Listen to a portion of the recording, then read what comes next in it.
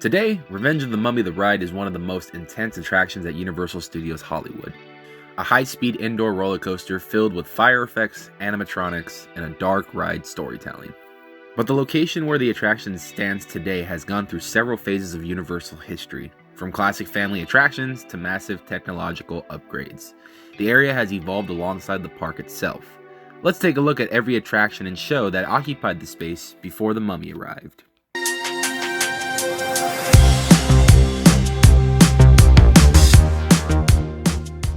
Early lower lot development, late 1980s to the early 1990s. Before the lower lot became packed with rides like Jurassic World, Transformers, and the Mummy Coaster, the area was largely industrial studio space and production facilities. Universal Studios Hollywood began transforming this area in the late 1980s and early 1990s into a second major theme park section. The goal was to create larger attractions that couldn't fit in the older upper lot. The lower lot quickly became home to several major rides, including Jurassic Park the Ride, 1996, Backdraft in 1992, and the Special Effects Soundstage. One of the most family-friendly rides built here was based on one of the most beloved films ever produced by Universal's longtime collaborator, Steven Spielberg, E.T. Adventure 1991 to 2003.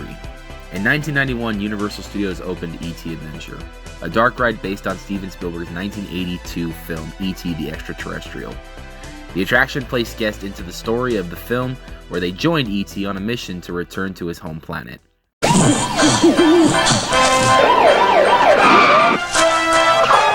Over there! Let's go! Hurry! Jody, E.T. From Steven Spielberg's classic motion picture comes a breathtaking new ride for the whole family. Have the adventure of your life with E.T. when you ride the movies at Universal Studios Hollywood. Guests boarded flying bicycle ride vehicles, recreating the famous scene from the movie where Ellie and E.T. soar across the moonlit sky.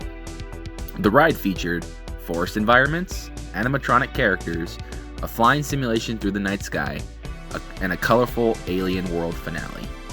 The attraction was known for its heartwarming tone and family-friendly atmosphere, making it one of the few rides in the lower lot that wasn't designed to be intense. However, as Universal moved towards more thrilling attractions in the early 2000s, the ride began to feel outdated compared to newer technology. After more than a decade of operation, E.T. Adventure closed in 2003 at Universal Studios Hollywood.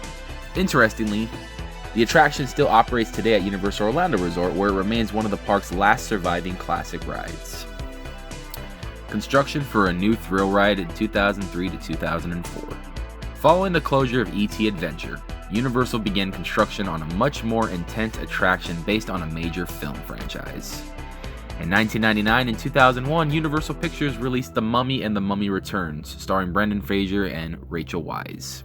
The films were massive hits, blending horror, adventure, and action into a modern blockbuster franchise. Universal decided the property would be perfect for a high-speed indoor roller coaster.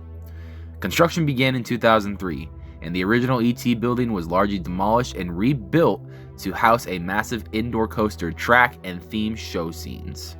Revenge of the Mummy the Ride, 2004 through present time. In 2004, Universal Studios Hollywood officially opened Revenge of the Mummy the Ride. Dare to enter a world of fear with no way out.